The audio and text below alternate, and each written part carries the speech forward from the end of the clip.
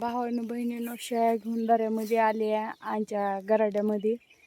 तर गराड्यात पाऊल टाकल्या की पद्देवची आठवण आली. ज्या टायमाला आमच्याकडे बैल होते ना त्या टायमाला आमच्या तान्ह्या संज्या माझी पद्देव यायचे बैलाकडं.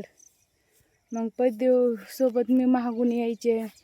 आम्ही दोघं संगट यायच्यात. कधी माझी पद्देव रानात आले की दिसायची मला. इथं गराड्यात बैल सोडलेले हा बघा. हे बघा ते तिथं पत्र हे पायसाचं झाड दिसतं. तिथं कोटा होता बैलासाठी शिड ठोकलेलं. तर हे शाळा ते घेऊन आले. हे इथं आहेत का हे बैल चरायचे हा बघा. ह्या माताडा हा बघा ह्याची हे इथं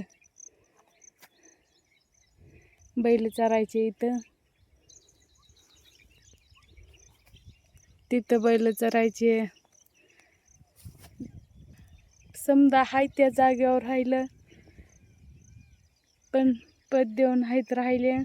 तर पद्देवची आठवण येते की पद्देवून मी संगट येत होता तर संगट हार काम करीत होता. त्याच्यानं आज शाळा घेऊन गराड्यात आले. ती मनाला बेकार वाटायलं की माझी पद्देव असते तर आणि किती चांगलं होतं. पण नाही तर लय अवघड असतं हो.